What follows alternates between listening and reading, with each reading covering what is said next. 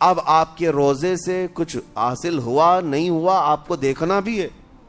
یہ نہیں کہ کیلنڈر کی طرح گنتے جاؤ, 1 ہو گیا, 2 ہو گئے, 3 ہو گئے, ہوتے جائیں گے. یہ دن تو چلتے رہتے ہیں, گنتے گنتے 20 بھی ہو جائیں گے, 25 بھی ہو جائیں گے, 30 بھی ہو جائیں گے. روزے گننے کا حکم نہیں, اپنے آپ کو سرچ کرو. پھر تھوڑی سی ورزش کرنے کے بعد بندہ ویٹ تول کر کے دیکھتا ہے کم ہوا, گھٹا ہے کہ بڑا, ہر دن دیکھتا رہتا ہے. ہاں, ورزش کرنے کے بعد پھر ناپ کر کے دیکھتا ہے میرے جسم کا وزن کتنا گھٹا کتنا بڑا. ویٹ گین کرنے والے, ویٹ لاس کرنے والے دونوں بھی برابر چیک کرتے رہتے ہیں. روزہ رکھنے کے بعد تمہیں خود کو بھی چیک کرنا چاہیے کہ میرے اندر اب تبدیلی آئی یا نہیں آئی. ایک روزہ رکھا اور پھر رات کو تراویح میں کھڑا ہوا, میرے اندر بدلاؤ کتنا ہے. کیا اب اللہ کی آیات قرآن کی سنتا ہوں, میرے آنکھوں سے آنسو آ جاتے ہیں؟ اگر آ گئے ہیں تو اس کا مطلب ہے کہ دل نرم ہو گیا, اس روزے نے اثر دکھانا شروع کیا. اور پھر ویسے کا ویسا ہے تو اس کا مطلب ہے کہ آپ کے روزے سے آپ کو تقوی نہیں مل رہا ہے, آپ کو تقوی نہیں مل رہا. خوف خدا جب آتا ہے تو انسان کا دل موم ہو جاتا, نرم ہو جاتا ہے, اور اللہ کے عذابات سے, جہنم کے خوف سے, قبر کی سختیوں سے وہ رو پڑتا ہے, اس کی آنکھیں بہنے لگ جاتی ہیں. اور جب دل سخت ہوتا ہے پتھر کی طرح تو اسے نہ اللہ کی آیتیں رلاتی ہیں نہ آخرت کا تصور اسے ہلاتا ہے.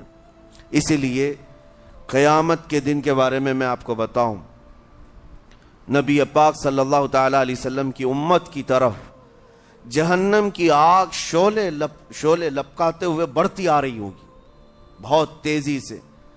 قریب ہے کہ وہ جہنم کی آگ سب کو اپنے لپیٹ میں لے لے. وہاں کھڑے ہوئے بہت سارے لوگ اپنے اپنے اعمال کا صدقہ پیش کرنے لگے. حاجی اپنے حج پیش کر رہے ہیں, نمازی اپنے نماز, روزے دار اپنے روزے. کہ جہنم ہماری یہ نیکیوں کا صدقہ رک جا. جہنم کی آگ بڑھتی چلی آئی, بڑھ رہی تھی. جبرائیل امین علیہ الصلاۃ والتسلیم حاضر ہوتے ہیں بارگاہ مصطفیٰ صلی اللہ علیہ وسلم میں. ایک پانی کا پیالہ انہوں نے پیش کیا اور کہا, یا رسول اللہ صلی اللہ علیہ وسلم, یہ پانی آپ اس آگ پر چھڑک دیں. نبی پاک صلی اللہ تعالی علیہ وسلم نے وہ پانی اس آگ کی طرف پھینکا تو آگ دور چلی گئی. جو جہنم کی آگ اچانک بجھ گئی, کافی دور چلی گئی, جو امت کی طرف لپک رہی تھی. رسول رحمت صلی اللہ تعالی علیہ وسلم نے پوچھا جبرائیل سے, یہ اتنا اثردار پانی ہے کون سا؟ یہ جبرائیل امین عرض کرتے ہیں, یا رسول اللہ, یہ آپ کے ان امتیوں کے آنسوؤں کا پانی ہے جو رات کھڑے ہو کر اپنے رب کے خوف سے رویا کرتے تھے. وہ اللہ کے خوف سے تھر تھراتے تھے, ڈر کر کے ان کے آنکھوں سے جو آنسو آتے. جبرائیل امین کہتے ہیں, میں نے وہ آنسو جمع کر رکھے تھے اور وہ آج میں نے آپ کے سامنے پیش کیا. ایک آنسو کا قطرہ جہنم کی آگ بجھانے کے لیے کافی ہے. موتی سمجھ کے شان کریمی نے چن لیے قطرے جو گرے تھے عرق انفعال کے. عزیزان گرام وقار, یہی وہ تقوی ہے, یہی وہ خوف خدا ہے جس کے متعلق اللہ قرآن میں فرماتا ہے لعلکم تتقون, تاکہ تمہیں تقوی مل جائے. اسی لیے روزے رکھے گئے ہیں, روزے فرض کیے گئے ہیں.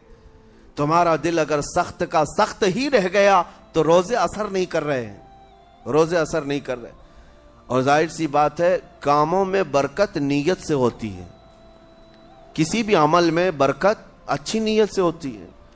اگر کوئی روزہ اس لیے رکھ رہا ہے, جیسے بہت سارے فائدے گنائے جاتے ہیں نا, روزہ رکھنے سے کینسر نہیں ہوتا, روزہ رکھنے سے جسم کے فاسد مادے ختم ہو جاتے ہیں, نکل جاتے ہیں. ڈاکٹرز بھی مشورہ دیتے ہیں مہینے میں 1 مرتبہ, ہفتے میں 1 مرتبہ باڈی کو فری چھوڑنا چاہیے. تو یہ تو جسمانی فائدے تو رکھے گئے ہیں, لیکن اگر تم روزہ اس نیت سے رکھ رہے ہو کہ میری باڈی صحیح ہوتی رہے تو گویا کہ تم تو اپنی دنیاوی غرض سے روزہ رکھ رہے تھے. یہ فائدے تو ملنا ہی ملنا ہے, یہ فائدے یوں بھی ملیں گے اللہ تعالیٰ کی طرف سے آپ کو, لیکن نیت وہ نہیں. روزہ رکھنے کی نیت یہ ہو کہ میرا رب مجھ سے راضی ہو جائے. اور مجھے رب تبارک و تعالیٰ کا خوف اور تقوی حاصل ہو جائے. اہل سنت کا ہے بیڑا پار، اصحاب حضور نجم ہیں اور نام ہے عطرت